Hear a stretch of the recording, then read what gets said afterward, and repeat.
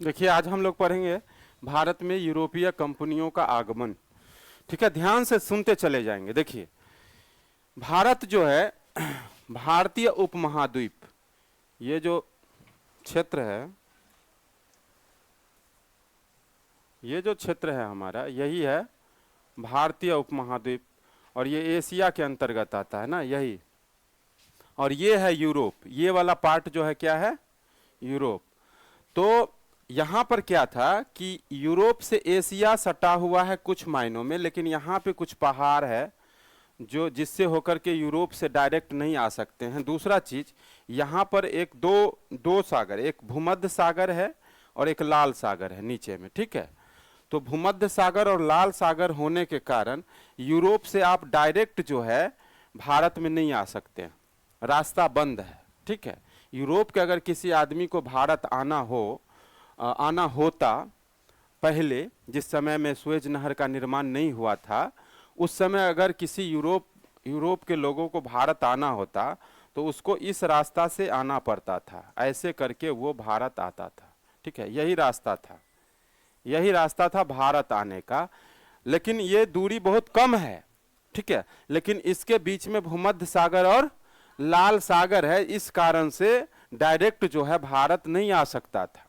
ठीक है, तो ये रास्ता जो है खोजा गया भारत आने के लिए, और इस रास्ता का नाम क्या था, केप ऑफ गुड होप, है ना, Cape of Good Hope, HOPE, है ना। इसको हिंदी में कहते हैं उत्तमाशा अंतरीप। क्या कहते हैं, या आशा अंतरीप भी कहते हैं, उत्तमाशा अंतरीप या आशा अंतरीप। ठीक है, ये रास्ता का नाम हो गया उत्तमाशा अंतरीप। ठीक है, अब इस रास्ते का खोज की अगर हम बात करें कि सबसे पहले इसको किसने खोजा था, तो उसका नाम था बार्थोलोमियो डियाज ने इसको खोजा था। ठीक है, और कब खोजा था, बोलिए जल्दी से, 88 में, 1488 ईस्वी में बार्थोलोमियो डियाज ने इस रास्ते का खोज किया। ठीक है, अब जो है भारत आने का मार्ग मिल गया। तो यूरोप के जितने सारे व्यापारी लोग थे, जानिए कि यूरोप में बहुत सारे ऐसे देश हैं जो कि बहुत हिम्मत वाले होते हैं, साहसी होते हैं।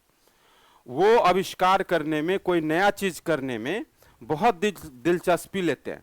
इसलिए आप पढ़ते होंगे कि जितना भी नए नए देशों का खोज हुआ, जैसे अमेरिका का खोज हुआ, भारत का खोज हुआ, ऑस्ट्रिया का खोज हुआ, ठीक है, उसके बाद तस्मानिया का खोज हुआ, तो ये सब जो था यूरोप के लोगों ने ही किया, और लोगों ने नहीं किया। क्यों नहीं किया, इन लोगों के पास में गजब का हिम्मत था। ये लोग चैलेंजेस, चुनौतियां स्वीकार करते थे, है ना, और काफी जो है डर नहीं लगता था इनको, और ये नया चीज करने के लिए चल देते थे। एक कारण ये भी था। दूसरा कारण ये था कि यहाँ के व्यापारी जो थे ना, वो चाहते थे कि हम दूसरे देशों के साथ व्यापार करें, जिससे हम ज्यादा से ज्यादा मुनाफा कमाएं, लाभ कमाएं। इस ख्याल से जो है यहाँ का एक निवासी था जिसका नाम था स्पेन था, एक जगह, क्या था, स्पेन, उसका निवासी था कोलंबस, है ना। तो स्पेन का निवासी कौन था, कोलंबस। वो चला था भारत को खोजने के लिए। वो कहां से चला, भारत को खोजने के लिए। और जब पहले दिशा सूचक यंत्र नहीं था, कंपास, किधर उत्तर है, दक्षिण है, पूर्व पश्चिम, तो दिन में तो पता चल जाता था, सूरज जिधर रहता था उस हिसाब से। रात में कुछ पता ही नहीं चले कि उत्तर किधर है, दक्षिण किधर है, पूर्व किधर है, पश्चिम किधर है। तो चला था भारत को खोजने, और पहुंच गया यहाँ पर, इस द्वीप पर। यहाँ पर एक द्वीप है ना, यहाँ पहुंच गया ये। ठीक है, तो इसका नाम इसने रख दिया कि यही क्या है, इंडिया है। यही क्या है, इंडिया है। लेकिन इंडिया तो यहाँ था नहीं, इंडिया कहाँ है, यहाँ पे। तो इसी का नाम बाद में चल करके, चूंकि ये पूरब में है और ये किधर है, पश्चिम में, तो इसी को कहा कि ये पश्चिमी इंडिया है, वेस्ट इंडीज है। ये क्या है, ये वेस्ट इंडीज है। तो वेस्ट इंडीज की खोज भी किसने किया था, कोलंबस ने। लेकिन उसी के जस्ट बगल में था अमेरिका। क्या था, अमेरिका। तो वहां पे जो है पहुंचने के बाद वो अमेरिका भी पहुंच गया।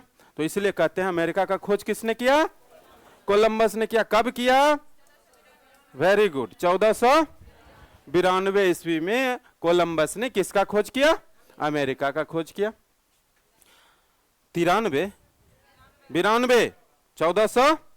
आज कुछ कम लोग आए हैं क्या रे, कि आके कहीं निकल गए? ओ, तबीयत खराब है, दबा लीजिए, दबा।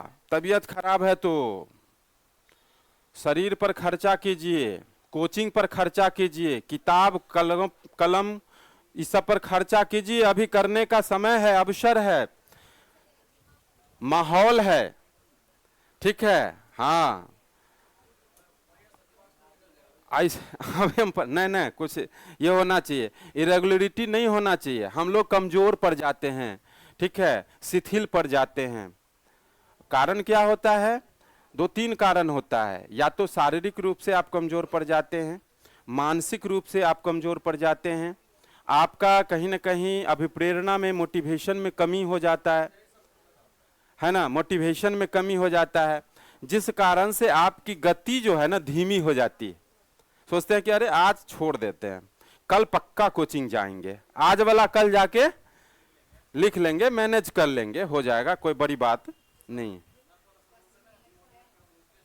ना डिमोटिवेट, वो भी मोटिवेशन का एक तरीका है। आपने सीएल हल्का पुनर्बलन पढ़ा होगा, तो उसमें मोटिवेशन 2 तरह से होता है। आपको अगर डिमोरलाइज कोई कर रहा है, वो भी मोटिवेशन का एक टाइप है। आपको कह रहा है तुम कभी पास नहीं करेगी, इसका मतलब है कि वो चाह रहे हैं कि आप और मेहनत करें।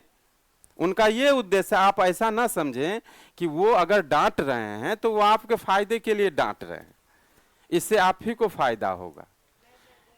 हाँ, तो आप इसको अन्यथा नहीं लें, है ना, अन्यथा नहीं लें। अभी तो डांटते हैं, पहले के तो गुरुजी मारते थे, पीटते थे, है ना। हाँ, अभी तो केवल डांट पड़ती है, पहले तो पिटाई भी पड़ती थी, क्या पड़ती थी ना।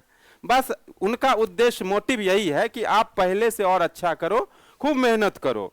जितना हम कह रहे हैं, बता रहे हैं, अब एक ही चीज को बार बार हम बता रहे हैं, आप कल होके जवाब नहीं दे रहे हो। स्वाभाविक है, टीचर को तो गुस्सा आना लाजमी है ना।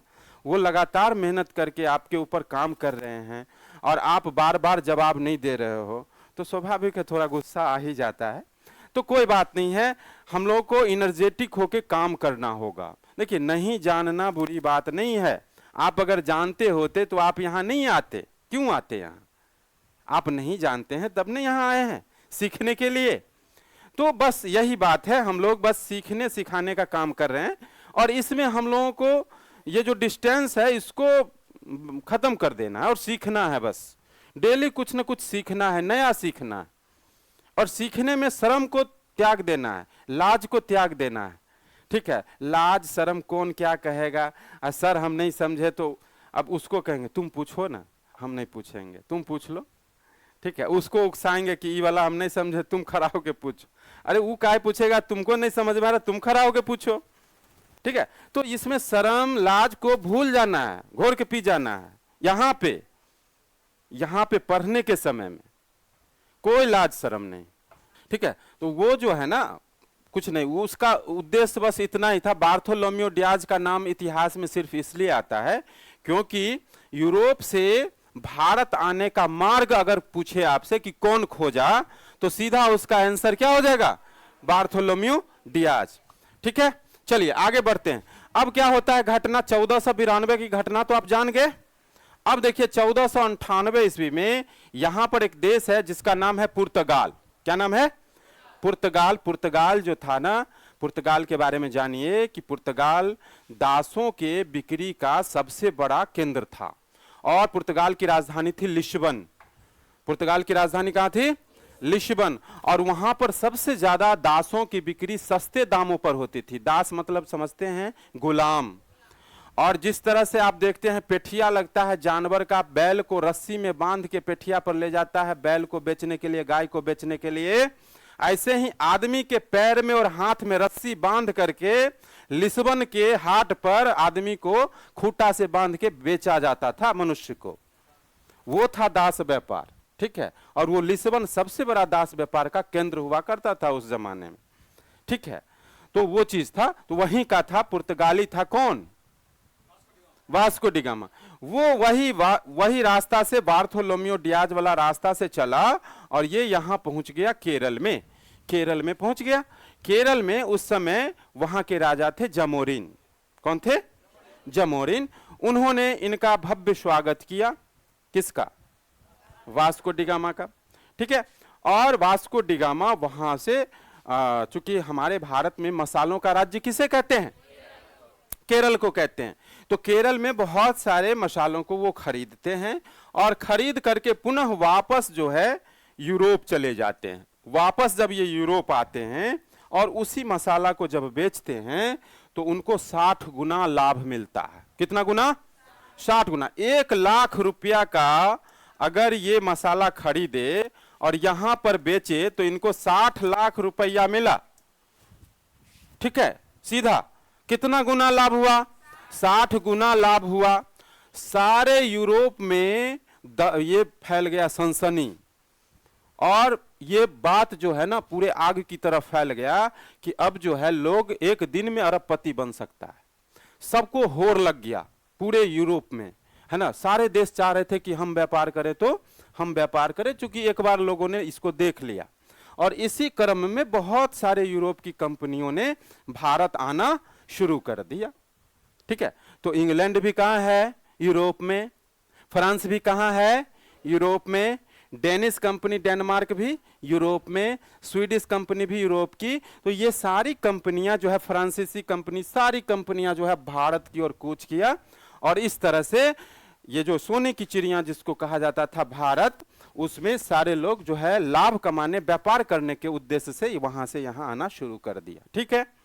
हाँ, अब इसमें आप देखिएगा इस क्रम में कि इस क्रम में जो है ना पहले थोड़ा दिक्कत भी होता था, लेकिन बाद में चल करके यहाँ की जो पृष्ठभूमि थी उस समय की, कहाँ की, भारत की। तो उस समय भारत में जो शासन था, ठीक है, भारत में जो शासन था वो ब्रिटिश ईस्ट इंडिया कंपनी के समय में मुगल वंश का शासन था। किसका था, और मुगल वंश में किसका, अकबर का। मुगल वंश में किसका, अकबर का। तो हालांकि अकबर ने तो पनाह नहीं दिया, किसी को जगह नहीं दिया, लेकिन बाद में जहांगीर के समय में जो है ब्रिटिश ईस्ट इंडिया कंपनी का जो दूत था, क्या नाम था उसका, कैप्टन हॉकिंस, ठीक है, वो मिलने आया तो उसको बहुत सम्मानित भी किया और मौका भी मिला, ठीक है। इसके बाद और भी कंपनियां आती गई, तो कोई मुगल शासक उसको अधिकार दिया, कोई नहीं दिया, कोई दिया, कोई नहीं दिया। लेकिन सबसे बुरा काम किया था फर्रुखशियर ने 1717 ईस्वी में, जिसको घृणित कायर कहते हैं। फर्रुखशियर मुगल बादशाह था जिसको घृणित कायर के उपनाम से हम लोग जानते हैं। और घृणित कायर का मतलब है कि वो डरता बहुत था। एक बार वो बीमार पड़ गया था तो उसका इलाज कर दिया किसी अंग्रेज ने, समझे, उससे खुश हो गया और खुश होकर के उसने एक फरमान जारी कर दिया, सुनहला फरमान। सुनहला फरमान कहा कि आपको जैसे मर्जी है वैसे आपको जो मन है वो करिए, व्यापार में हम आपको कुछ कहने नहीं जाएंगे, जो मन है खरीदिए, जितना दाम पर मन है बेचिए, है ना। तो ये जो है अंग्रेजों के लिए, ब्रिटिश कंपनी के लिए एक बहुत बड़ा अवसर हो गया कमाने का। नहीं हो गया, अब राजा ही जिसको ऑर्डर दे दे कि आप जो है वस्तु खरीदिए और बेचिए, जैसे मन है वैसे, आपको कोई कहने वाला नहीं है। तो खूब उसको जो है, इसी को सुनहरा फरमान कहा जाता है, फर्रुखशियर ने दिया था ब्रिटिश ईस्ट इंडिया कंपनी को, ठीक है। और वहां से ये कंपनी जो है बहुत 1717 के बाद जो है अब जो है वो भारतीय राजनीति में हस्तक्षेप करना शुरू कर दिया। हालांकि भारतीय राजनीति में हस्तक्षेप करने की प्रेरणा जो है उसको फ्रांसीसी जो गवर्नर था डुप्ले, उससे मिला था। डुप्ले से वो सीखा था ये बात, है ना, क्योंकि डुप्ले में जो था डिप्लोमेसी का बहुत बड़ा गुण था। दो राजाओं को आपस में लड़ा देता था, बीच में जाके पंचायती कर देता था। तो यही चीज अंग्रेज उससे प्रेरणा लेकर के, अंग्रेज को इतना बुझने नहीं आता था, वो भी उसी से सीखा था। हालांकि बाद में उसको परास्त भी कर दिया। अपने पूरे देश में, पूरे यूरोप में पूरी जितनी कंपनियां आई, सारी कंपनियों में सबसे सशक्त कंपनी बन गई कौन, ब्रिटिश ईस्ट इंडिया कंपनी, बाकी सबको बोरिया बिस्तर समेट के भगा दिया।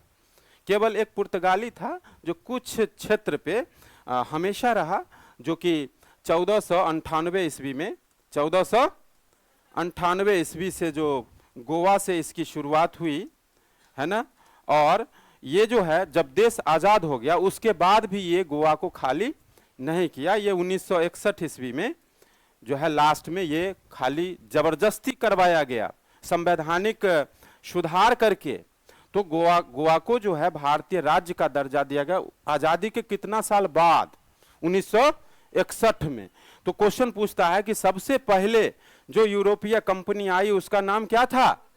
पुर्तगाली ईस्ट इंडिया कंपनी। और सबसे बाद में जो यूरोपीय कंपनी गई उसका नाम क्या था? पुर्तगाली ईस्ट इंडिया कंपनी, जो कि आजादी के इतने साल बाद गया। बाकी कंपनी तो शुरू में ही चला गया, जब उसका व्यापार नहीं चला, और चला नहीं क्या, सबको बंद करवा दिया ब्रिटिश ईस्ट इंडिया कंपनी, तो सबको भागना पड़ गया। नहीं, ठीक है, तो ये बातें हैं। तो सबसे पहली कंपनी कौन सी आई थी भारत? पुर्तगाली ईस्ट इंडिया कंपनी, है ना। और सबसे बाद में कौन सी कंपनी गई? पुर्तगाली east India company. Very good. चलिए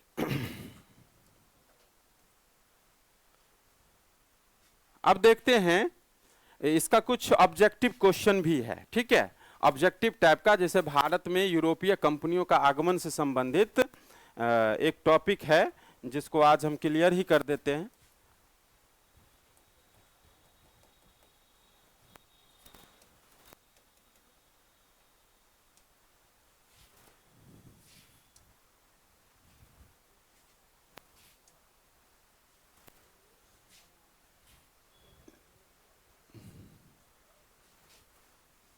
प्रशांत कहाँ चला गया?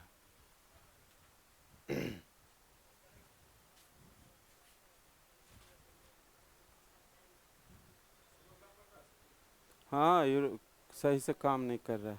चलिए आ गया।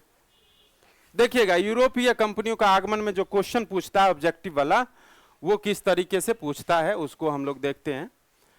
देखिएगा, एक एक करके सारे क्वेश्चन पे हम लोग डिबेट कर लेते हैं।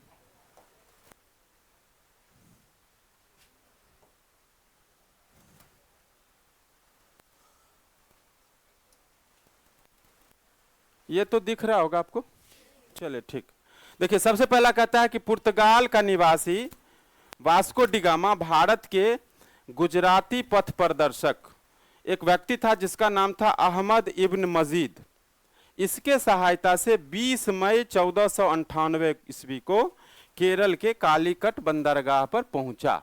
ठीक है, हाँ, तो इसमें क्वेश्चन क्या बनेगा आपको कि वास्को डिगामा को भारत आने में किस भारतीय ने मदद किया? अहमद इब्न मजीद। अहमद इब्न मजीद की कहां का रहने वाला था? गुजरात का रहने वाला था। चलिए, दूसरा क्वेश्चन है क्या बोले? हाँ, ये भी गुजरात का व्यापारी ही था। अहमद इब्न मजीद जो था, ये क्या था? गुजरात का व्यापारी ही था। इसको भी कुछ लोभ लालच था कि वहां से कुछ सामान हमको भी ये लाके देगा, तो वो भी अपना बता दिया। ठीक है, चलिए आगे देखेंगे। दूसरा क्वेश्चन है, कालीकट के तत्कालीन शासक कौन थे उस समय? जमोरिन। उसने उसका भव्य स्वागत किया और वास्को डिगामा के आने से दो देशों के बीच में व्यापारिक संबंध बना। कौन कौन? पुर्तगाल और भारत। तो पुर्तगाल और भारत के बीच में जो व्यापारिक संबंध बना वो किसके कारण? वास्को डिगामा के कारण। किसके कारण? वास्को डिगामा के कारण। ठीक है, हाँ, जमोरिन तो राजा था, उसने भी मौका दिया उसको। ठीक है, इसके बाद हम लोग देखते हैं अगला क्वेश्चन कहता है कि वास्को डिगामा ने काली मिर्च के व्यापार से किस वस्तु का व्यापार किया? जिसको मरीच कहते हैं हम लोग, वही काली मिर्च, उसका व्यापार करने से 60 गुना अधिक मुनाफा कमाया, और जिससे अन्य व्यापारी जो थे पुर्तगाल के उसको भी प्रोत्साहन मिला, वो भी इच्छुक हुए भारत में व्यापार करने के लिए। ठीक है, अब देखते हैं कि 1505 ईस्वी में क्या होता है कि वहां का जो एक पहला जो पुर्तगाल का गवर्नर बना या वाइसराय जिसको हम कहते हैं, उसका नाम था Francisco de Almeida. Francisco de Almeida ये पुर्तगाली जो कंपनी था उसका सबसे पहला गवर्नर और वायसराय था। ये आया और व्यापारिक हितों के परिप्रेक्ष्य में हिंद महासागर में पूरा अपना प्रभाव जमाने के लिए एक व्यापारिक नीति का प्रयोग किया, जिसको कहते हैं ब्लू वाटर पॉलिसी, जिसको कहते हैं नीले जल की नीति। तो क्वेश्चन पूछेगा कि हिंद महासागरीय के पूरे क्षेत्र में व्यापार पर एकाधिपत्य करने के लिए जो है किस नीति को अपनाया गया? हाँ ना, तो ब्लू वाटर पॉलिसी। और किस कंपनी ने ये अपनाया? तो पुर्तगाली कंपनी। पुर्तगाली में भी कौन? तो ये जो था आपका फ्रांसिस्को द अल्मीडा। ठीक है, अब देखिएगा अल्मीडा के बाद जो दूसरा गवर्नर ये पुर्तगाली बना था उसका नाम था अल्फांसो द अल्बुकर्क। ठीक है, जो कि 1509 ईस्वी में आया था गवर्नर बन करके। 1509 तक अल्मीडा ही था, अल्मीडा के बाद अल्बुकर्क 1509 में आया। उसने 1510 ईस्वी में बीजापुर का राजा था उस समय यूसुफ आदिल शाह, उससे गोवा को छीनकर अपने अधिकार में कर लिया और भारत में पुर्तगाली शक्ति का स्थापना किया। तो पूछेगा कि ये जो था फ्रांसिस्को द अल्मीडा, वो तो केवल गवर्नर बन के आया, उसको कोई सफलता नहीं मिली, लेकिन दूसरा गवर्नर जो था जिसका नाम था अल्बुकर्क, उसने बीजापुर के शासक यूसुफ आदिल शाह को पराजित कर दिया और गोवा को अपने अधिकार में कर लिया और गोवा को अपने आधिपत्य में कर करके पुर्तगाली शक्ति का वास्तविक संस्थापक बना। कौन? अल्बुकर्क या अल्मीडा? अल्बुकर्क। तो आप देखिएगा, आपको याद रखना होगा कि अल्बुकर्क जो था वो बाद में आया और ये अल्मीडा पहले आया, है ना। अल्मीरा में किताब रखते हैं हम लोग, तो पहले अल्मीरा खरीदेंगे तब ना उसमें बुक रखेंगे, नहीं? हाँ, तो अल्मीरा पहले लाना होगा, उसके बाद उसमें बुक रखना होगा। तो अल्बुकर्क, है ना, याद रखेंगे। चलिए अगला क्वेश्चन है कि अल्बुकर्क ने 1511 ईस्वी में दक्षिण पूर्वी एशियाई की सबसे महत्वपूर्ण मंडी थी जिसका नाम था मलक्का, और 1515 ईस्वी में फारस की खाड़ी के मुहाने पर स्थित हरमुज बंदरगाह पर अधिकार कर लिया। अल्बुकर्क जो दूसरा पुर्तगाली गवर्नर था उसमें सबसे पहले तो गोवा को अधिकार में किया, नहीं, आदिल शाह को हरा करके।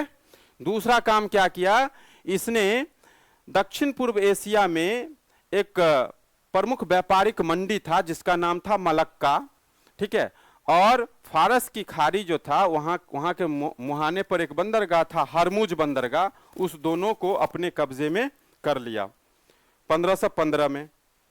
अल्बुकर्क के बाद जो गवर्नर आया था उसका नाम था नीनो द कुन्हा।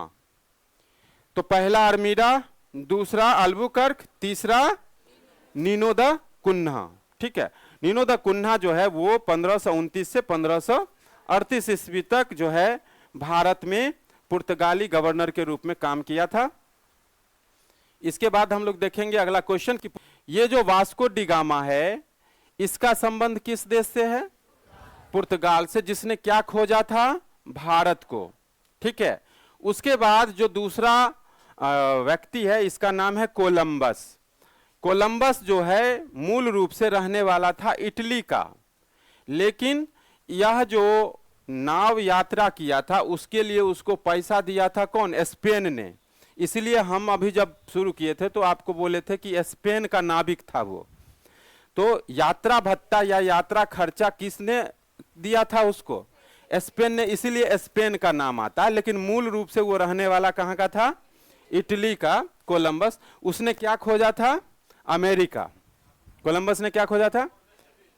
और ब्रिटेन का कैप्टन जो कुक था, ब्रिटेन का एक व्यक्ति था जिसका नाम था कैप्टन कुक, वो ब्रिटेन का था और उसने क्या खोजा था? ऑस्ट्रेलिया।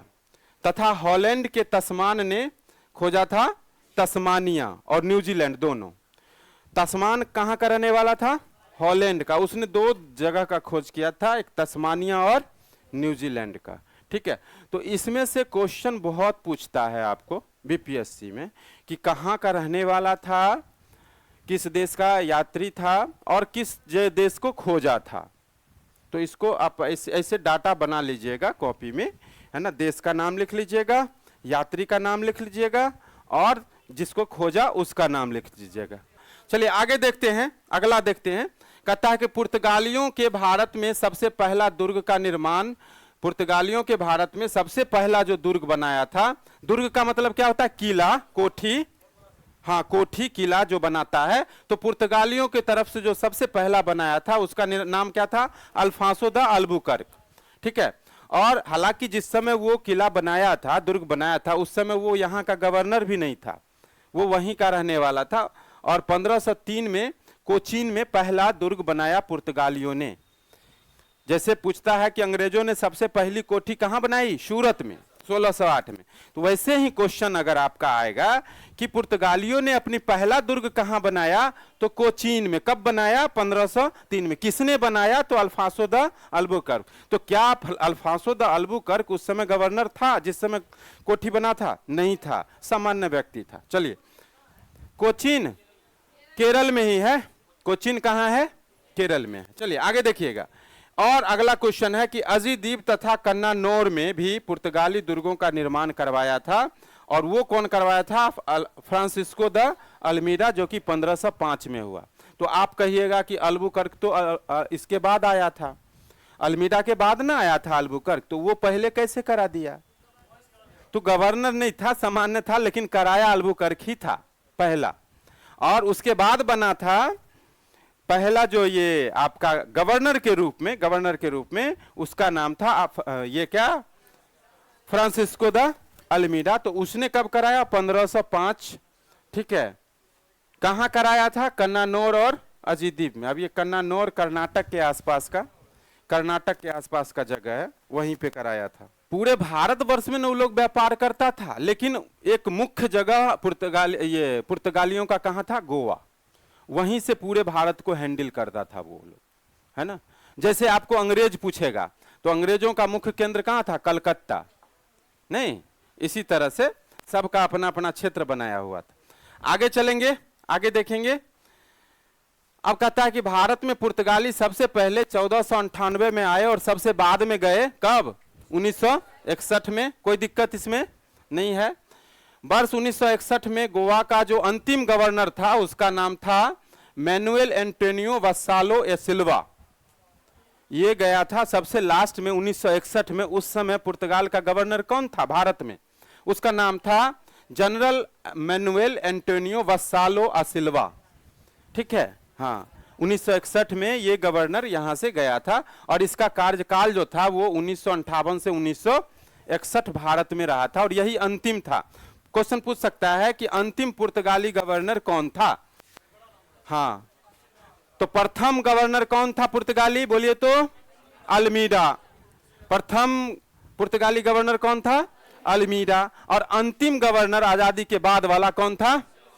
हाँ, है ना, असिल्वा। ठीक है, उसके बाद जिस समय देश आजाद हुआ 1947 में, उस समय कौन था पुर्तगाली गवर्नर? उसका नाम था जोसे फेरेइरा बोस्सा।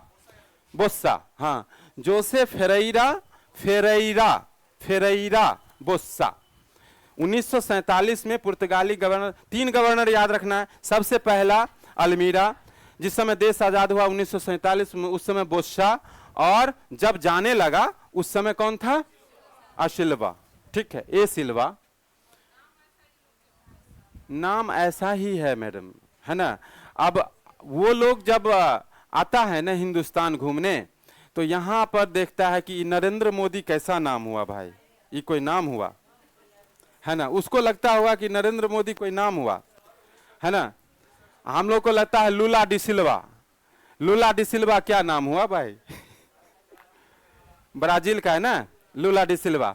ठीक है, तो हम लोगों को लगता है वो नाम अटपटा जैसा, और उन लोग को, हम लोग के यहाँ का नाम अटपटा लगता है।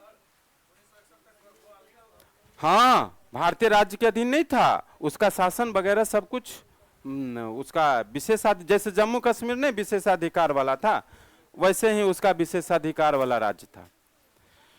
चलिए आगे देखते हैं। देखिए, अब सामुद्रिक व्यापारिक शक्ति स्थापना कौन किया? सबसे पहले कौन सी कंपनी? तो स्वाभाविक है पहला पुर्तगाली था तो वही करेगा। ठीक है, पुर्तगालियों ने 1503 में कोचीन में सबसे पहला फैक्ट्री लगाया और 1505 में कन्नूर में दूसरी फैक्ट्री लगाई। लेकिन क्वेश्चन पूछेगा कि पुर्तगालियों ने सबसे पहला फैक्ट्री जो है वो कोचीन में लगाई, कब लगाई? 1503 में, और 1505 में कहां लगाई? कन्नौर में। अच्छा बताइए 1503 और 1505 में जो पुर्तगाली गवर्नर था वो कौन था?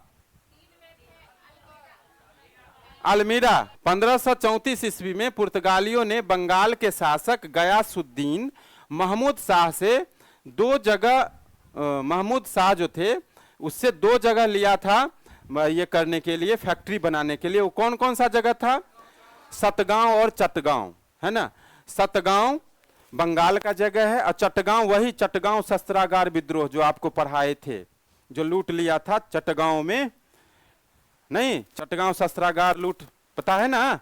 हाँ वही चटगांव, वो बंगाल में था, हालांकि आजकल वो बांग्लादेश में है। चटगांव अब कहां रह गया? बांग्लादेश में, लेकिन उस समय चटगांव जो था वो बंगाल में ही था, अब वो भी वही है ना। तो सतगांव और चटगांव ये दोनों बंगाल के जगह थे। उसको पुर्तगालियों ने फैक्ट्री बनाने के लिए किससे अनुमति लिया? गयासुद्दीन महमूद शाह से, ठीक है। पुर्तगालियों द्वारा हुगली को बंगाल की खाड़ी में समुद्री लूटपाट के लिए जो है अड्डा के रूप में इस्तेमाल किया जाता था। पुर्तगाली जो लोग थे उस समय जो रहते थे यहाँ इंडिया में, उन लोगों ने, हुगली नदी कहाँ बहती है? बंगाल में, है ना। तो बंगाल की खाड़ी में हुगली नदी का प्रयोग वो लोग किस रूप में करते थे? लूटपाट के लिए। जो बाहर से आता था ना उसको लूट लेता था ये लोग, पुर्तगाली लोग, ठीक है। तो इसको याद रखना है, ठीक है। किस नदी का प्रयोग लूटपाट के लिए पुर्तगाली करते थे? हुगली नदी का प्रयोग। चलिए हावड़ा ब्रिज के ठीक नीचे वाला जो है वही है हुगली नदी, ठीक बता। और बिना पाया का पुल है ना, वो हावड़ा ब्रिज जो है वो बिना पाया का बना हुआ है, लीवर पुल उसको क्या कहते हैं? बिना पाया का जो पुल होता है उसको कहते हैं लीवर पुल। हाँ अंग्रेज के द्वारा ही बना हुआ है, ठीक है। अब देखिए लूटपाट के रूप में किस नदी का प्रयोग पुर्तगाली करते थे? हुगली नदी का। हुगली नदी पर जो पुल है उसमें पाया है कि नहीं? नहीं है। 1632 ईस्वी में जो मुगल बादशाह था, कौन था? शाहजहां, है ना। उसने हुगली में पुर्तगाली वस्तुओं को पूरी तरह से नष्ट कर दिया। कहा कि ये सब जो है ना गुंडागर्दी यहाँ नहीं चलेगा, लूटपाट, है ना। पूरा बस्तिये को हटा दिया वहां से, ठीक है। कौन हटा दिया? कौन मुगल शासक? शाहजहां। और लगभग 1000 से अधिक पुर्तगाली निवासी को बंदी बना करके लेके चला गया। हालांकि ये बहुत अच्छा काम था, ठीक है। और वो मुगल शासक कौन था? शाहजहां। एक क्वेश्चन पूछ लेते हैं, मुगल काल के किस शासक के शासन काल को स्थापत्य कला का स्वर्ण काल कहते हैं? चित्रकला का स्वर्ण काल। और धार्मिक सहिष्णुता का स्वर्ण काल? अकबर का। धार्मिक कट्टरता का हाँ औरंगजेब। चलिए ओके, तो ये शाहजहां था जिसने शिकस्त दिया पुर्तगालियों को, ठीक है। कब दिया? 1632 में। इसके बाद अगला देखिएगा, कासिम बाजार की फैक्ट्री के प्रमुख थे उस समय जॉब चौरनाक, है ना। उसने अंग्रेजों के व्यापार केंद्र के लिए हुगली के स्थान पर, है ना, दो जगह, नया जगह को चुना कि अब हुगली को छोड़ करके सुतानुती या सुतनौती जिसको कहते हैं, सुतनौती या सुतानुती जगह को चुना, हुगली को छोड़ दिया, क्योंकि हुगली को तो बर्बाद कर दिया था कौन? शाहजहां। तो अब उसने सोचा कि अब व्यापार करने के लिए कोई दूसरा जगह चुनते हैं। तो दूसरा जगह के रूप में कौन सा चुना? सुतानुती या सुतनौती, या उसी को बाद में कलकत्ता नाम दिया गया था। यही जो सुतानुती था इसी का नाम बाद में बदल करके क्या हो गया? कलकत्ता हो गया। हाँ अब अभी कोलकाता हो गया, इससे पहले कलकत्ता था, ठीक है, याद रखना है। अब देखिएगा, तो कलकत्ता के जो डिजाइनकार है वो कौन था? जॉब चौरनाक। ये भी याद रखिएगा, ये भी पूछता है कि सबसे पहले कलकत्ता को व्यापारिक क्षेत्र के रूप में डेवलप कौन किया था? नाम उसका कौन हो जाएगा? जॉब चौरनाक। आगे देखिएगा, कोच्चि कहाँ है? केरल में। तो कोच्चि में जो है 1814 ईस्वी में ब्रिटेन उपनिवेश के तहत उसको भी शामिल कर लिया। यानी ब्रिटेन ने कोच्चि को अपने उपनिवेश में कब शामिल किया? 1814 में। अंग्रेजी ईस्ट इंडिया कंपनी का सूत्रपात जो है वो तो हालांकि 1599 में हुआ, लेकिन हो नहीं पाया, कुछ दिक्कत हो गया। दिक्कत क्या हुआ कि जब लंदन के कुछ व्यापारियों ने एक समूह बनाया और अलग अलग व्यापारियों ने सब एक जगह पैसा इकट्ठा किया, चंदा किया, जमा किया, और ब्रिटेन की जो महारानी थी उसके पास गया, बोला 30,133 पैसा रुपया जो है पाउंड जमा किया, और वो ईस्ट इंडीज व्यापार के लिए अभिप्रेत समुद्री अभियान के लिए आवेदन दिया, ब्रिटिश क्राउन के समक्ष प्रस्तुत किया। लेकिन जो है इन साहसिक व्यापारियों के मूल प्रस्ताव को जो वहां की प्रिवी काउंसिल थी उसने स्वीकृति नहीं दिया। ठीक है, ठीक है। अब क्या किया, यह घटना कब है, 1599 का। अब एक साल के बाद जो है फिर से दोबारा ये लोग प्रयास किया, और फिर से जो है इस बार इकट्ठा हुए, और उन्होंने ब्रिटिश क्राउन के पूर्व सहमति से पहले ही क्राउन ने उसको ऑर्डर दे दिया कि आप व्यापार कर सकते हो, तो उसने अपने लिए सामान वगैरह खरीदना शुरू कर दिया। वहां से यहाँ आएगा तो तैयारी करेगा ना, हाँ, कुछ कुछ सामान खरीदा, जहाज खरीदा, और भी जो चीज चाहिए था वो सब खरीदा, और पूंजी जो था उसका कितना था शुरू में, 30,133 पाउंड, उसमें और पूंजी जोड़ दिया, और इस तरह से 68,373 पाउंड के जमा राशि से उसने व्यापार करना शुरू किया। कहाँ, भारत में। भारत में व्यापार करने के लिए इतना राशि चंदा इकट्ठा किया ये लोग आपस में मिलकर के व्यापारियों ने। ठीक है, तो इस तरह से अब कंपनी का गठन कब होता है, ये क्वेश्चन पूछता है कि ब्रिटिश ईस्ट इंडिया का कंपनी का गठन कब हुआ। 31 दिसंबर 1600 ईस्वी को ब्रिटेन की महारानी एलिजाबेथ उस समय थी, इंग्लैंड की महारानी, उसने एक नाम दिया, इस कंपनी का नाम दिया, कंपनी का नाम था the governor and company of merchants of London trading into the east Indies. बहुत लंबा नाम है, बाद में हालांकि छोटा नाम हो गया, लेकिन उस समय लंबा नाम ही था। उस समय का नाम था the governor and company of merchants of London trading into the east Indies. ठीक है, ये नाम था। नहीं, वो दूसरे देश में नहीं, वो अपने देश में तो ऑर्डर दे सकता है ना। अब जैसे मान के चलिए आप कहिएगा कि हमको अमेरिका में व्यापार करना है, ठीक है, तो आपको ये अधिकार नहीं है कि आप अमेरिका में व्यापार कर सकते हैं। उसके लिए आपको सरकार से परमिशन लेना होगा। उसके लिए आपको क्या करना होगा, सरकार से वीजा लेना होगा, परमिशन लेना होगा कि हम अमेरिका से व्यापार करेंगे, ये काम करेंगे, बजाबते पूरा डॉक्यूमेंट आपका जमा होगा, तभी आपको अनुमति मिलेगी उस देश में जाके व्यापार। वही काम व्यापारी का था कि व्यापारी अपने मन से तो नहीं आ जाता है यहाँ, तो राजा की अनुमति, क्राउन की प्रिवी काउंसिल की अनुमति जरूरी थी, इसलिए वो अनुमति लिया उससे। हाँ, बिना आप अनुमति का व्यापार दूसरे देश में कैसे करेंगे, इसी वजह से। ठीक है, तो ये कंपनी इस नाम से हुआ। हालांकि बाद में जो है के नाम के तहत रॉयल चार्टर ऑफ इनकॉर्पोरेशन उसको प्रदान किया, ऑर्डर दिया। किसने ऑर्डर दिया, महारानी एलिजाबेथ ने, और इस प्रकार से ईस्ट इंडिया कंपनी का आधिकारिक रूप से गठन हुआ। ठीक ना। अब देखेंगे आगे, इस समय जो था, जिस समय ब्रिटिश ईस्ट इंडिया कंपनी बनी, उस समय भारत का शासक कौन था, मुगल शासक कौन था, अकबर। अकबर का शासनकाल तो 1556 से 1605 रहा है। तो इसी बीच में, जिस समय मुगल शासक अकबर थे भारत के, उसी समय ब्रिटिश ईस्ट इंडिया कंपनी की स्थापना होती है 1600 ईस्वी में, है ना। और भारत में लिवेंट कंपनी को 1593 ईस्वी में स्थल मार्ग से भारत में व्यापार करने का अधिकार प्राप्त हुआ। क्वेश्चन याद रखिएगा कि लिवेंट कंपनी भारत में व्यापार किस मार्ग से करती थी, केवल और केवल स्थल मार्ग से। अच्छा, ब्रिटिश ईस्ट इंडिया कंपनी या पुर्तगाली कंपनी ये सब किस मार्ग से करती थी, जलीय मार्ग से, क्योंकि स्थलीय मार्ग उस समय बना, सुएज नहर उस समय बना नहीं था। चलिए आगे क्वेश्चन है, जहांगीर के शासन काल में इंग्लिश ईस्ट इंडिया कंपनी ने सबसे पहले 1611 ईस्वी में मसूलीपट्टनम, या इसी का दूसरा नाम है मछलीपट्टनम में एक अस्थायी कारखाना खोला। यानी आपका ब्रिटिश ईस्ट इंडिया कंपनी ने भारत में पहला कारखाना कब खोला, 1611 में। लेकिन वो कारखाना जो था वो अस्थायी था, मतलब आज यहाँ कल वहाँ परसों कहीं और, नहीं होता है टेंट गाड़ के, हाँ वो वाला सिस्टम था। कब, 1611 में अस्थायी कारखाना खोला गया मसूलीपट्टनम में। ठीक है, अब देखिएगा 1613 में पहला अस्थायी कारखाना खोला गया, ठीक है, अंग्रेजों के द्वारा। कहाँ खोला गया, सूरत में। तो अस्थाई कारखाना जब पूछे तो मसूलीपट्टनम में, या पहला कारखाना तो मसूलीपट्टनम में। मसूलीपट्टनम आंध्रा में है। चल ठीक है। और जो अस्थाई कारखाना है वो अस्थाई कारखाना 1613 में खोला। कहां खोला?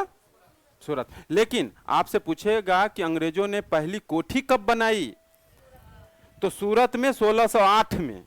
तो कोठी बनाई 1608 में, कारखाना खोला 1611 में अस्थाई, और अस्थाई कारखाना खोला 1613 में। ठीक है, 3 क्वेश्चन हो गया। अंग्रेजों ने पहला कोठी कहां खोला? सूरत में। कब खोला? अंग्रेजों ने पहला अस्थाई कारखाना कहां खोला? मसूलीपट्टनम में 1600, और अस्थाई कारखाना। ठीक है। अब देखिए, ये था आपको ब्रिटिश ईस्ट इंडिया कंपनी की कहानी। अब हम लोग आते हैं डच ईस्ट इंडिया कंपनी की कहानी। डच जो है, डच कंपनी की स्थापना कब हुई थी बताइए कोई आदमी? 1602 ईस्वी में। डच और डच, डच में कितना अक्षर है? 2 अक्षर है, इसलिए 1602 में इसकी स्थापना। ट्रिक है, बस याद रखना है। डच ईस्ट इंडिया कंपनी कहां की थी बोलिए जल्दी से? किस देश की? हॉलैंड की थी। इंग्लैंड की? इंग्लैंड की तो ब्रिटिश ईस्ट इंडिया थी, हॉलैंड की कंपनी थी। डच ईस्ट इंडिया कंपनी कहां की थी? हॉलैंड की थी, और इसकी स्थापना 1602 में हुई थी। ठीक है। सूरत में डचों के द्वारा पहली फैक्ट्री खोली गई थी 1616 में, और फ्रांसीसियों के द्वारा पहली कोठी खोली गई थी, ये फैक्ट्री 1668 में। ठीक। तो आपका क्वेश्चन हो गया 3 गो। ऐसे मिलाने वाला दे देगा, मिलाने वाला दे देगा, यहां से दे देगा British east India company, Dutch east India company, और फ्रांसीसी ईस्ट इंडिया कंपनी। यहां लिख देगा सूरत, सूरत में फैक्ट्री की स्थापना। ठीक है।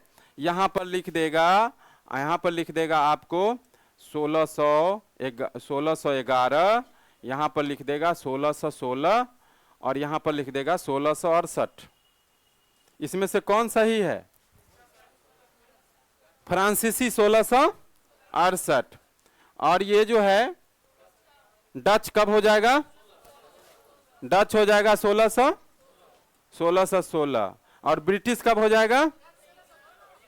नहीं नहीं, ये क्वेश्चन फैक्ट्री स्थापित कब किया वो आया वाला नहीं। फैक्ट्री कब स्थापित किया? सूरत में। तीनों कहां किया? तीनों सूरत में ही किया, लेकिन डेट तीनों का अलग अलग है, तो ऐसे याद रखना पड़ेगा। हाँ, 13 में अस्थाई कारखाना कौन खोला? ब्रिटिश। और 16 में डच, और 68 में फ्रांसीसी। वाह, आप लोग को याद हो गया। बस इतना ही काम कर लेना है, याद कर लेना है, याद रख लेना है। एग्जाम तक याद रहे, उसके बाद भूल जाए कोई दिक्कत नहीं, एग्जाम तक याद रहना चाहिए। चलिए आगे देखते हैं। अब देखिएगा, थॉमस बेस्ट नामक एक अंग्रेज अधिकारी ने पुर्तगालियों को स्वाली के स्थान पर हराया था। थॉमस बेस्ट एक अंग्रेज था जिसने पहला मुठभेड़ हुआ पुर्तगालियों के साथ। अंग्रेजों का पहला मुठभेड़ कहां हुआ? स्वाली में। स्वाली एक जगह है, याद रखेंगे कि अंग्रेज और पुर्तगालियों के बीच पहला झड़प जो हुआ, ये झड़प कहां हुआ था? स्वाली। अब स्वाली कहां है? ये स्वाली। ओह अच्छा, तो वहीं पे पहला झड़प हुआ दोनों के बीच, पुर्तगाली और अंग्रेज के बीच। इसमें जीता कौन था? अंग्रेज। और अंग्रेज का उस समय अधिकारी कौन था? बेस्ट आदमी था, इसलिए वो जीत भी गया। ठीक है, बेस्ट नाम था उसका, थॉमस बेस्ट। ठीक है, तो वो पुर्तगालियों को हरा दिया। कहां? स्वाली में। ठीक है, आगे देखते हैं। 1661 ईस्वी में एक घटना होती है, बहुत ही विचित्र घटना इसको कहिए, है ना। बहुत विचित्र घटना क्या होती है देखते हैं। 1661 ईस्वी में इंग्लैंड का जो सम्राट था, राजा था, जिसका नाम था चार्ल्स सेकेंड, चार्ल्स द्वितीय, इसका विवाह होता है, शादी होती है पुर्तगाल की राजकुमारी से, जिसका नाम क्या था? है ना। तो इंग्लैंड का राजा और पुर्तगाल की राजकुमारी, इस दोनों का विवाह होता है कब? 1661 ईस्वी में। और उस समय पुर्तगाल भारत में तो पहले से था, तो पुर्तगाल भारत में व्यापार कर रहा था और बंबई उसके कब्जा में था, व्यापारिक केंद्र। अब उसने अपनी बेटी को दहेज में जो है बंबई दे दिया चार्ल्स द्वितीय को। चार्ल्स द्वितीय उसका दामाद था ना, किसका, वो पुर्तगाल का, है ना, क्योंकि पुर्तगाली राजकुमारी थी कैथरीन। तो शादी हुआ वहां, राजा था इंग्लैंड का, है ना, और दहेज में दे दिया बंबई को, जबकि बंबई उसका कुछ था भी नहीं। बंबई उसका कुछ था भी नहीं। एगो था पुर्तगाल वहां का देश, इंग्लैंड वहां का देश, दोनों आपस में शादी किया। जब दहेज की बात हुई तो तीसरा देश का जगह दे दिया जो उसका था ही नहीं। अब बताइए कैसे हो गया। तो ये सब हुआ इतिहास में, है ना, ऐसा होता रहा है। ठीक है, तो ये तो बहुत विचित्र घटना लगती है। ठीक है, हाँ, अभी नहीं होता है। जो सामान आपका है वही ना आप दहेज में दीजिएगा, कि दूसरे का सामान आप दे दीजिएगा।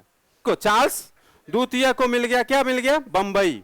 चार्ल्स द्वितीय कौन था, इंग्लैंड का राजा था। ठीक है, अब जब इसको मिल गया तो अभी सोचा अभी तो बिना मतलब का मेरे काम का कोई चीज है नहीं बंबई, हम लेके क्या करेंगे, इसको भाड़ा पर लगा दो। ठीक है, तो बंबई को भाड़ा पर लगा दिया। ठीक है, किराया पर लगा दिया। और किराया जो था कितना था, 1668 ईस्वी में 10 पाउंड वार्षिक किराया था उसका। तो इसमें याद क्या रखना है, याद रखना है ये कि जिस समय इंग्लैंड के राजा चार्ल्स द्वितीय और कैथरीन की विवाह जो है वो कब हुई थी, 1661 में। तो राजा को गिफ्ट में कौन सा चीज दिया गया था, है ना, बंबई दिया गया, है ना। और कितना किराया पर दिया गया, 10 पाउंड वार्षिक। बंबई के अंग्रेज गवर्नर जॉन चाइल्ड ने 1688 ईस्वी में बंबई और पश्चिमी समुद्र तट के मुगल बंदरगाहों का घेरा डाला और मक्का जाने वाले जो हज यात्री थे उसको बंदी। अब देखेंगे आगे क्या होता है। वो तो भाड़ा पर दे दिया, अपना मुक्ति लिया, उसको क्या मतलब। ठीक है, आगे देखते हैं। अब देखिएगा, एक युद्ध होता है अंग्रेज और ये फ्रांसीसियों के बीच में एक युद्ध होता है जिसका नाम है क्या, कर्नाटक का युद्ध। कर्नाटक में 3 युद्ध हुआ। तो कर्नाटक का पहला युद्ध जो हुआ था उसका कारण क्या था, उसका कारण था ऑस्ट्रिया का उत्तराधिकार। ठीक है, ऑस्ट्रिया का अगला वारिस, अगला शासक कौन बनेगा, इस पे दोनों में मतभेद था। किसमें किसमें, फ्रांस में और इंग्लैंड में, फ्रांस में और इंग्लैंड में। इसी कारण से दोनों के बीच पहला कर्नाटक युद्ध हुआ। चूंकि भारत में भी क्षेत्र उसका था, फ्रांसीसियों का भी था और अंग्रेजों का था, तो यहाँ भी उसकी जो है दोनों में बन नहीं रही थी और वहां भी नहीं बन रही थी। फलस्वरूप कर्नाटक का युद्ध हो गया जो चला 1746 से 1748 तक। ठीक है, और इसके बाद देखिए क्या होता है कि जब ये युद्ध हुआ 1746 से 1748 तक, तो युद्ध शुरू होता है 1746 में। किसके किसके बीच, अंग्रेज और फ्रांस के बीच। अंग्रेज कैप्टन था उस समय में बर्नेट। अंग्रेजों का कैप्टन कौन था, बर्नेट। इसके नेतृत्व में अंग्रेजी सेना ने फ्रांसीसी जहाजों पर अधिकार कर लिया और जो कि युद्ध का तात्कालिक कारण बन गया। तो सबसे पहले जो है किसने अधिकार कर लिया फ्रांसीसी जहाज पे, बर्नेट। बर्नेट कौन था, अंग्रेजों का कैप्टन था। ठीक है, पहला कर्नाटक युद्ध के समय कर्नाटक का नवाब था अनवरुद्दीन।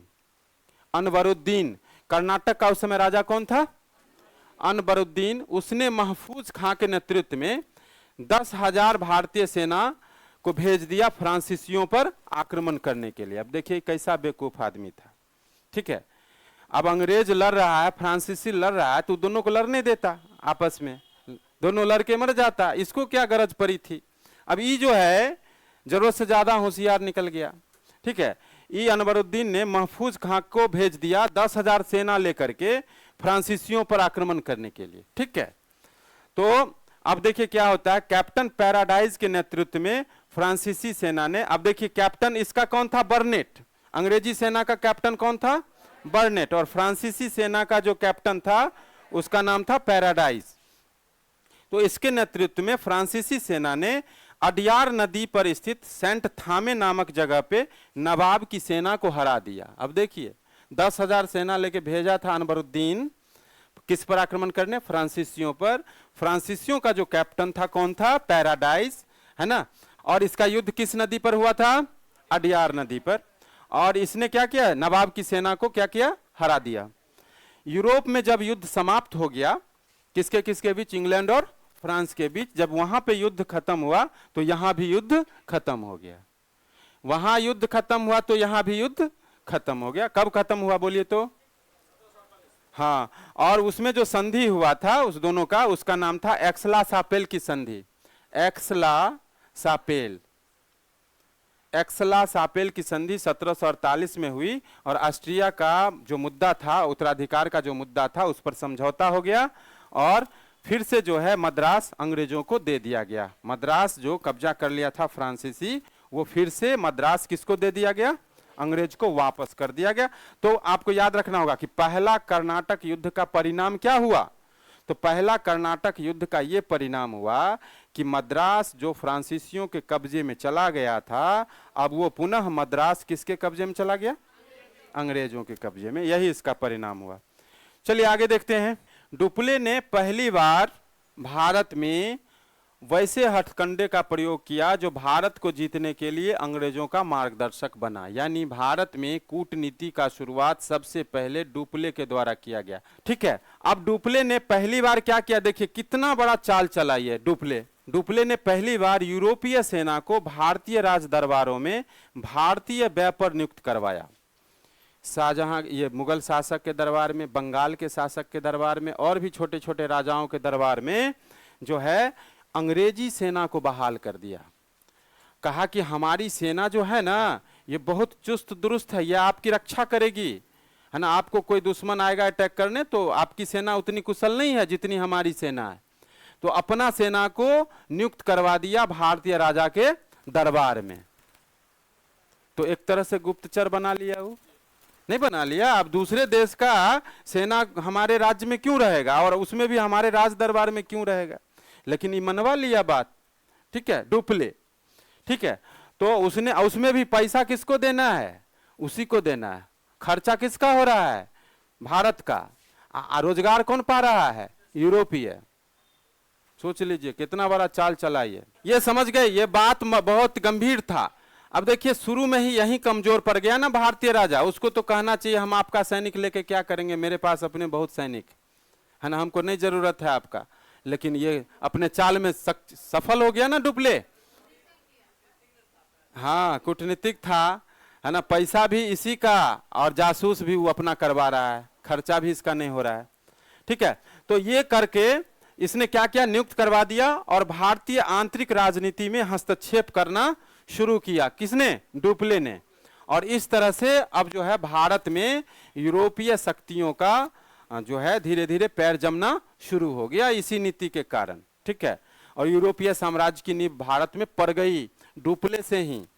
ठीक है, अब देखते हैं क्या होता है। फ्रांस में उस समय राजा था लुई 14वां। फ्रांस में उस समय का राजा कौन था? लुई 14वां, है ना। तो इसका एक मंत्री था जिसका नाम था काल्वर्ट। इसने 1664 ईस्वी में फ्रांसीसी ईस्ट इंडिया कंपनी का स्थापना किया। पूछ सकता है, देखिए दोनों में अंतर क्या है? देखिए ये जो ब्रिटिश ईस्ट इंडिया कंपनी में और फ्रांसीसी ईस्ट इंडिया कंपनी में बहुत बड़ा अंतर है। ब्रिटिश ईस्ट इंडिया कंपनी में जो कंपनी का सदस्य था उसमें राजा कुछ नहीं था, राजा केवल ऑर्डर दिया था। मेन मालिक कौन था? व्यापारी जो मिलके कंपनी खोला था। यहाँ उल्टा बात है, यहाँ राजा ही खुलवाया था कंपनी, यानी कंपनी का वास्तविक मालिक कौन था? राजा था। ये बात था। ठीक है, तो कौन खुलवाया था? तो उसका मंत्री था काल्वर्ट। किसका? लुई 14वां का। उसी ने फ्रांसीसी ईस्ट इंडिया की स्थापना कब करवाई? 1664 में। जैसे उसका नाम था ब्रिटिश ईस्ट इंडिया कंपनी का क्या नाम था? बड़ी लंबा नाम था ना। वैसे ही फ्रांसीसी ईस्ट इंडिया कंपनी का नाम था, है ना, देश इंदेश ओरिएंट लेस। बहुत अच्छा नाम था। फ्रांसीसी कंपनी का नाम था। उस वहां फ्रांस की भाषा में, फ्रेंच भाषा होता है ना, उस भाषा में उस कंपनी का नाम था देश इंदेश ओरिएंट लेस। पता नहीं क्या ओरिएंट लेस था, भगवान जाने, लेकिन नाम था कंपनी, फ्रांसीसी ईस्ट इंडिया कंपनी का नाम था देश इंदेश ओरिएंट लेस। ठीक है, फ्रांसीसी कंपनी का निर्माण जो है किसके द्वारा हुआ? व्यक्ति के द्वारा, व्यापारी के द्वारा या राज्य के द्वारा? राज्य के द्वारा। फ्रांसीसी कंपनी का निर्माण जो है राज्य के द्वारा हुआ और कंपनी के लिए जो भी खर्च होता था उसका वहन कौन करता था? राज्य करता था, व्यक्ति नहीं करता था, वो वहां का राजा करता था। ठीक है, आगे देखिएगा 1667 ईस्वी में फ्रांसिस कैरो के नेतृत्व में एक अभियान दल भारत के लिए रवाना हुआ, जिसने 1668 ईस्वी में सूरत में अपना पहला व्यापारिक कारखाना स्थापित किया। तो अभी इससे पहले हमने एक चीज लिखा था, क्या क्या लिखा था? 1613 ना, और क्या लिखा था? 1616, और एक लिखा था 1668। तो ये जो 1668 वाला है इसका संबंध किससे? फ्रांसीसी से। ठीक है, तो ये फ्रांसीसी कारखाना पहला खुला भारत में, कब खुला? 1668 में। ठीक है, और किसने खोला? नाम याद रखिएगा, फ्रांसिस कैरो ने। ठीक है, वो चला कब था? 1667 में, पहुंचा वो 1668 में, है ना, और 68 में फैक्ट्री खोला फ्रांसीसियों ने। अब देखिएगा मैरकारा गोलकुंडा का जो सुल्तान था, राजा जो था, वो एक अधिकार प्राप्त पत्र प्राप्त करके 1669 में मसूलीपट्टनम में दूसरी फ्रांसीसी कोठी स्थापित की। तो फ्रांसीसियों का पहला फैक्ट्री 1668 में और दूसरा जो है 1669 में। पहला कहाँ खोला? सूरत में, और दूसरा मसूलीपट्टनम में। दूसरा मसूलीपट्टनम में, याद रखेंगे। चलिए आगे देखते हैं। डचों ने अपनी पहली फैक्ट्री की स्थापना, डचों ने भी अपनी पहली फैक्ट्री कहां खोली थी? मसूलीपट्टनम में। ठीक है, और फ्रांसीसियों ने दूसरी फैक्ट्री खोली मसूलीपट्टनम में, और डचों ने पहली फैक्ट्री खोली मसूलीपट्टनम में। डचों ने बंगाल में पहली कंपनी खोली थी पिपली में। पिपली नाम आप लोग सुने होंगे। पिपली कोई सिनेमा में आया था, पिपली गांव के बारे में, पिपली लाइव, आमिर खान प्रोडक्शन से बनाया था उसको। पिपली गांव की कहानी नहीं याद है आप लोग? जो फिल्म फ्लॉप कर गया था, है लगान में नहीं था, लगान में नहीं था। पिपली वो था, भारतीय प्रेस को उजागर किया था। प्रेस वाला नहीं है ये, मीडिया वाला। तो वो कोई भी न्यूज को कैसे कवर करता है, न्यूज को, तो वही न्यूज जो कैसे कवर करता, उस पर ये एक तरह का आक्षेप किया गया था इस सिनेमा में कि किस तरह से जो न्यूज जरूरी है उसको लोग छोड़ देता है, उसको कवर नहीं करता है, जो न्यूज जरूरी नहीं है उसको कवर करता है। समझे? कुछ घटना ऐसी हो गई जो कि बहुत ही यूनिक था कि बस सारा मीडिया वाला कवर करने उसको पहुंच गया तुरंत में। अब तुरंत में उसके कारण पूरा गांव हाईलाइट हो गया, मतलब आज तक से लेके कल तक सब पहुंच गया उसके यहाँ। ठीक है, पूरा चैनल पहुंच गया, बड़का बड़का गाड़ी लेकर के। अब उसका विकास तो छोड़िए, उस गांव का विकास हो गया उसके कारण। तो ये दिखाया है उसमें कल तक, हाँ समझे? तो इस तरह से जो है दिखाया। ठीक है, अब देखिए आगे। ठीक है, तो डचों ने अपना पहली फैक्ट्री, डच कंपनी कहां लगाई थी? मसूलीपट्टनम में। डचों ने बंगाल में अपनी पहली फैक्ट्री लगाई थी, कहां? पिपली गांव में, और वो कब लगाई थी? 1627 में। और इसके कुछ ही दिनों बाद वे पिपली से बालासोर चले गए। बालासोर कहां है? उड़ीसा में। अब देखिए आगे देखिएगा, बंगाल में डचों का व्यापार सही ढंग से जो शुरू हुआ वो 1653 में हुआ। कब हुआ? जब उसने चिनसूरा में अपनी कंपनी बनाई थी। अब चिनसूरा जगह कहाँ है? बंगाल में।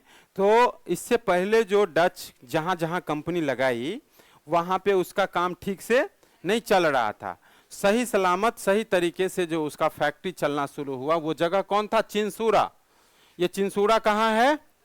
बंगाल में। और ये चिनसूरा में फैक्ट्री कब खोला? 1653 में ही। और 1653 में डचों का व्यापार चल निकला था, फैक्ट्री अच्छा खोला था वो चिनसूरा में। चिनसूरा के डच किले को क्या कहा जाता है? गुस्तावुस फोर्ट।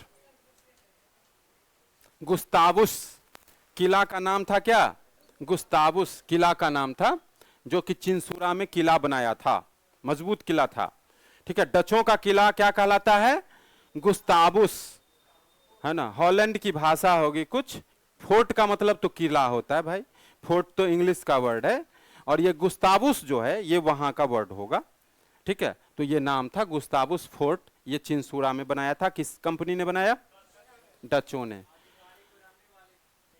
हाँ, जैसे हम लोग के यहाँ लाल किला था ना मुगल शासक लोग के रहने के लिए। चलिए आगे देखते हैं। यूरोप वासियों को बिहार से क्वेश्चन पूछेगा भारत के यूरोपीय कंपनियों के आगमन में, कि बिहार से कौन कौन वस्तु का व्यापार करता था ये लोग। यूरोप वासियों को सर्वोत्तम शोरा और अफीम ये बिहार से ही मिलता था। वो चीजें केवल और केवल बिहार में ही मिलती थी उस समय। तो वो लोग बिहार आते थे सोरा खरीदने के लिए, और यहां से खरीद के ले जाते थे यूरोप में बेचने के लिए। क्वेश्चन पूछ सकता है कि यूरोपीय व्यापारी बिहार से क्या खरीद के ले जाते थे?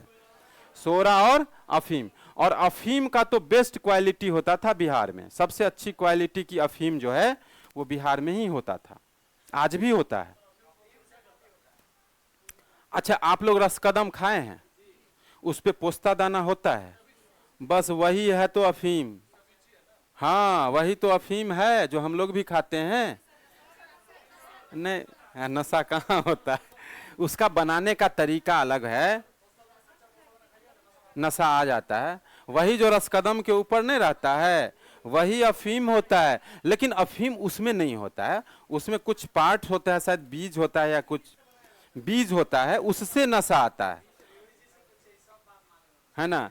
तो जहां से पोस्ता दाना आता होगा ना वहां पे अफीम आपको मिल जाएगा। ठीक है, लाया था, लगा पौधा लगाया था। हाँ ठीक है, चलिए तो समझ गए अफीम किसको कहते हैं, जान भी गए, आप लोग खा भी लिए हैं। रसकदम खाए तो हो ही गया, कुछ न कुछ मात्रा उसमें रहता ही है, इसलिए कहते हैं।